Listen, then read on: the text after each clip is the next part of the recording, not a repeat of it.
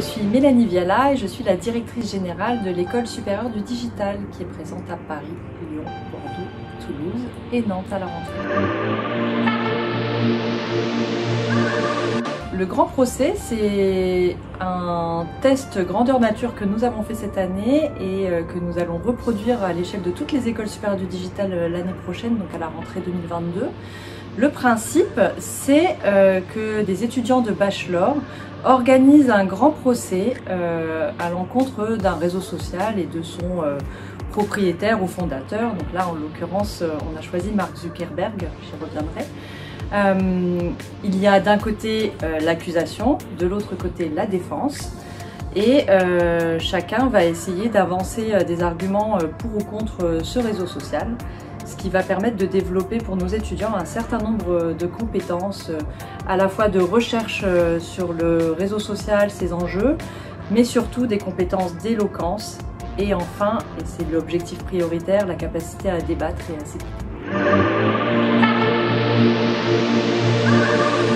Cette idée, elle est venue de l'observation des comportements qu'on a sur les réseaux sociaux au quotidien. Et je ne parle pas que de la génération que forment aujourd'hui nos étudiants de l'ESD. On est tous responsables et concernés par les dérives sur les réseaux sociaux. Et il m'a semblé de notre responsabilité en tant qu'école de contribuer à un usage plus sain sur les réseaux sociaux, puisqu'on est quand même dans une école du digital. Ça me semble important de ne pas avoir une posture complètement naïve sur l'usage des réseaux sociaux notamment. Et par ailleurs, plus largement, au-delà des réseaux sociaux, il nous apparaît que la jeune génération a de plus en plus de difficultés à débattre. Non pas qu'elle n'aime pas parler et s'exprimer, mais il y a une différence entre débattre et s'exprimer. Et où parfois le débat se résume à une opposition d'opinion. Ceci est mon opinion, je te demande de la respecter en toute bienveillance, et du coup je ne veux pas écouter la tienne. Or il me semble qu'il y a quelque chose de plus intéressant qui est d'écouter les arguments, et non pas les opinions, les arguments des uns et des autres, et puis d'essayer de faire émerger la vérité. Et je pense que notre démocratie a bien besoin, grand besoin de faire revenir le débat. Et nous, en tant qu'école, on souhaite non seulement former des bons professionnels du digital, mais avant toute chose aussi des citoyens, puisque c'est eux qui feront le monde de demain. Donc ça me semblait important de leur redonner la capacité et surtout l'envie de débattre. Alors je pense que c'est important pour tous les étudiants, mais pourquoi dans le digital précisément? Parce que quand on travaille dans le digital, en fait, on a une arme entre les mains. On devient extrêmement puissant. Quand on maîtrise le digital, on peut faire beaucoup de choses. On peut faire beaucoup de bien, on peut faire beaucoup de mal. Et moi, je veux que nos étudiants ils fassent beaucoup de bien. Et pour ça, c'est important de leur faire réfléchir au sens des choses et aux conséquences.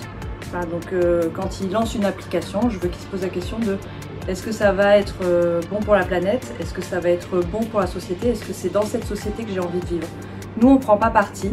On veut juste leur donner envie d'y réfléchir et d'avoir une vision un peu désenchantée quand même du numérique et d'essayer de faire d'eux des citoyens du digital.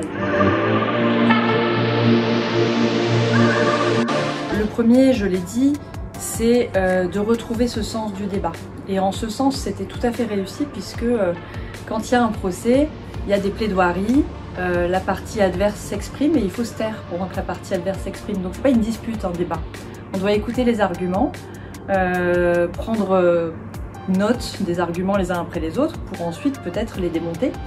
Mais c'est une dialectique qui est un petit peu différente de celle qu'ils ont l'habitude de pratiquer dans des échanges plus spontanés. Le deuxième objectif pédagogique, au-delà de cette capacité à être à l'écoute et de répondre, c'est d'être dans une forme d'éloquence. Aujourd'hui, nos étudiants, ils s'expriment très bien, ils parlent beaucoup, mais nous, on aimerait que parfois ils adoptent un langage plus soutenu. Et c'est pas parce qu'on travaille dans le digital qu'on est exempt de ça, au contraire. Les meilleurs profils dans le numérique sont ceux qui maîtrisent bien l'art oratoire et qui vont être capables aussi de convaincre, de bien s'exprimer. Donc ça, c'était le deuxième objectif. Et puis, il y a un troisième objectif qui est plus, on va pas dire scientifique, mais en tout cas plus technique. Ils travaillent dans le digital, à un moment donné, creuser le sujet sur le fond de c'est quoi Facebook, c'est quoi le métaverse, c'est quoi l'entreprise Meta et quels sont les enjeux, quelles sont les dérives en termes de RGPD, donc tout le sujet autour du respect de la vie privée et des données des utilisateurs, les enjeux sociétaux aussi, les enjeux anthropologiques qui sont liés à l'univers de Facebook et de l'entreprise Meta. Ça me semble essentiel que nos étudiants creusent ce sujet.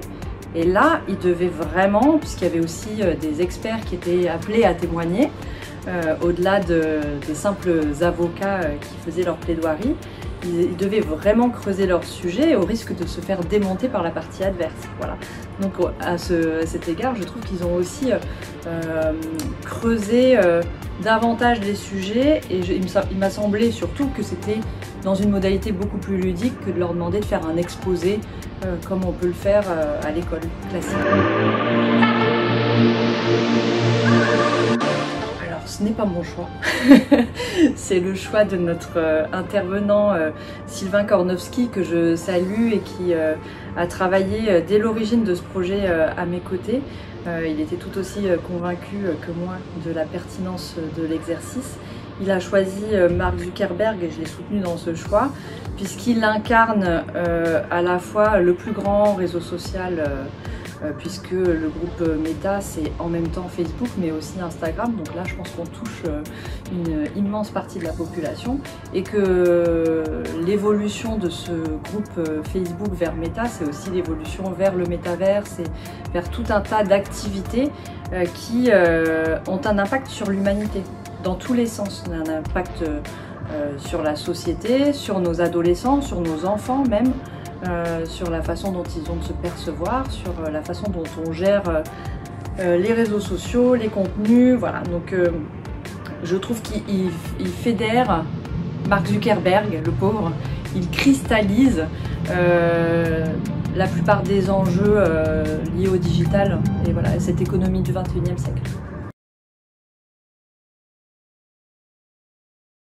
Tout d'abord l'éloquence, j'ai été ravie de les entendre s'exprimer avec le passé simple, avec le nous plutôt que le on. Même s'ils ont trébuché parfois, en tout cas l'effort était bien présent et je ne les ai jamais vus avoir autant à cœur de bien s'exprimer. Ça c'était la première compétence qu'ils ont développée à mon avis. La deuxième compétence c'est l'écoute.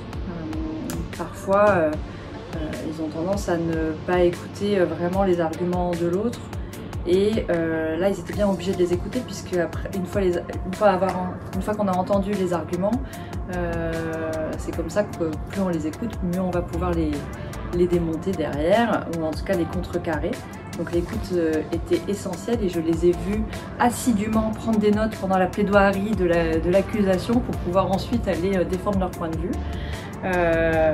Et pendant ce temps-là, ils devaient se taire aussi. Donc ça, c'est une compétence, à mon avis, d'être capable d'écouter silencieusement pour mieux répondre ensuite, et tout en se respectant. La troisième compétence, c'est la capacité à argumenter. Et à convaincre d'ailleurs. Voilà. Donc c'est pas juste c'est mon opinion, il faut expliquer, argumenter, donc il faut avoir préparé. Et du coup j'en viens à la quatrième compétence, c'est très certainement la capacité à faire un vrai travail d'analyse et de recherche. Et j'allais oublier quelque chose qui est extrêmement important et qui était aussi un des objectifs pédagogiques, je m'en veux de ne pas l'avoir mentionné, c'est le fact-checking. La capacité, l'importance de vérifier ses sources. C'est pas un problème de notre génération, enfin de leur génération, pardon, pas tout à fait la même. C'est un problème de toutes les générations et du coup je n'en tiens pas rigueur aux plus jeunes de ne pas vérifier leurs sources. Voilà, ça c'est quelque chose qui traverse les âges. Je l'ai vu sur internet, du coup je le relaye et je considère que c'est vrai. À l'inverse, je peux voir un contenu d'un vrai journaliste et douter de l'intégrité de la presse en France, ce qui est assez dramatique. Là, en toute objectivité, on leur a demandé de sourcer leurs informations, donc d'être capable de justifier d'où venaient leurs informations. Et d'autre part aussi de vérifier les informations de la partie adverse, parce que finalement vérifier la source, c'est déjà démonter la moitié de l'argument. Voilà. Ah, ben, si tu n'es pas capable de me dire d'où vient ton argument est fallacieux, pour reprendre un propos qui a été utilisé pendant ce procès et qui nous a tous beaucoup amusés. Alors, est-ce qu'ils s'en sont bien sortis? Oui, puisque nous avons eu des difficultés à les départager. Évidemment, j'aurais beaucoup à dire et j'aimerais que l'année prochaine ça soit encore mieux, mais je trouve que j'ai été agréablement surprise, vraiment. Ils ont pris l'exercice très au sérieux, même si on s'est bien amusé. C'était très bien préparé. J'ai trouvé que globalement ils avaient bien creusé les sujets et couvert toutes les problématiques qui étaient liées à l'univers de l'entreprise Meta et de Mark Zuckerberg qui est derrière.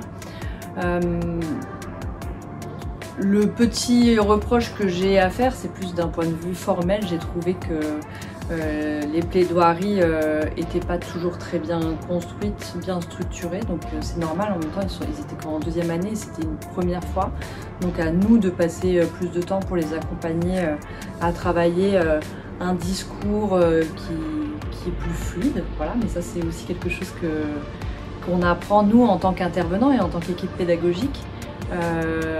On voit là où on va pouvoir travailler, donc à cet égard je trouve que c'était une réussite. Est-ce que ça a été difficile de les départager? Oui, parce que c'était aussi une première fois pour nous.